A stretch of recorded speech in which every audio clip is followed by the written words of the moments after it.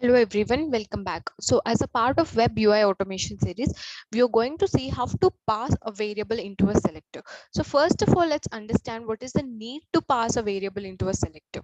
So as we have discussed the concept of dynamic selectors, so in order to let's understand this by opening this particular selector. Okay, so here let's say the name of the laptop is Asus, right? So if you wanted to change this often, or if you want to pass this as a dynamic value that is generating from somewhere else, so in that case this selector won't be broken and the automation will be running successfully. So let's see how we can pass a particular cell value inside of a selector. Okay, so for that, what I'm going to do first, I'll copy this whole text.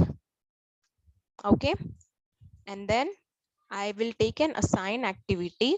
So basically assign activity is used to assign a value into a variable. So here I should have my variable. So for I'll use a shortcut which is Control K to create a variable, and I'll give laptop. Okay, so this laptop consists of the name of the laptop, right? So here into this particular selector I have to pass it. So before I actually pass it, what I'm going to do, I'm going to copy this whole selector and let me show you how we can write it. So this is the one that I have copied from here. Okay, so inside this I have to pass the variable. So what is my variable? Laptop. I'm copying this. Here I have to pass the laptop, but I cannot pass it directly like this. There is a syntax to do that. So it has to be in between double quotations and it has to be concatenated with the plus sign. Just that's it. We are good with our selector. So this selector, I can just go and pass it over here in between double quotes. Okay, double quotes is already there, so I can just pass it over here in this way. You cannot pass the selector, which is a dynamic selector, just by, like, let's say if this is your selector. Okay, you cannot pass it by clicking on edit selector. You have to pass it in the properties tab itself. Okay, so only then it would work. If you are going to do the edit selector and passing it, it will not work. And once after I do that, let me run it and show you what is a selector value also. So here I'm having the selector value, right? I'm copying the selector value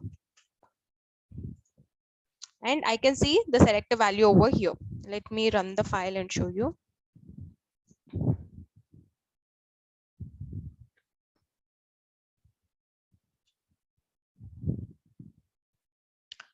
Right. So if you see, we are passing this value into the laptop and that variable I'm passing it in a selector. And this selector, let's check what is the value inside the selector. If you see, even though I'm passing laptop, it is giving me the value which it got assigned to, right? This is how we can pass the value into a selector dynamically. And if you want one more example, I can just liberate it to one more assign activity or after this and put a variable called price. And here we know the price of this is 38990. Okay, I'm taking it as a string. And here I have already changed this, but for you I'll write it again. So this is my selector. Okay,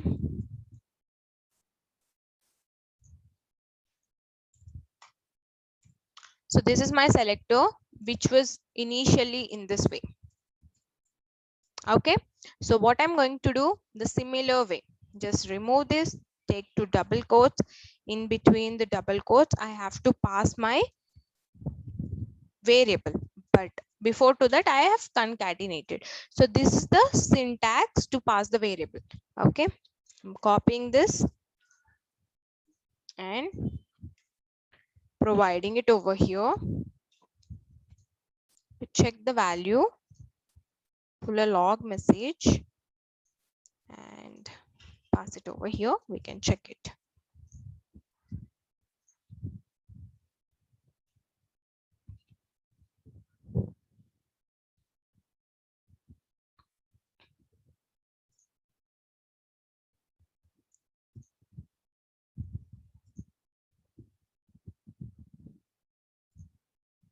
So this is the value that my selector is having after assigning this value into the price, right? So this is how we can do. So I hope this is clear for you. This is how we can pass a variable into a selector and make it more dynamic way. Okay, I hope this is clear and you got good understanding. So in the next video, we will see the next version, the next advancement, which is data scraping. So how we can do the data scraping within 5 minutes, very quickly we can extract the data from an application and put it in our local. Okay, so let's see in the next video. Till then, if you can just explore more on this part, like selector, UI explorer, wildcards, dynamic selectors, passing the variables into the selector and all these. And if you have any questions, do let me know in the comment section. Thank you so much for watching.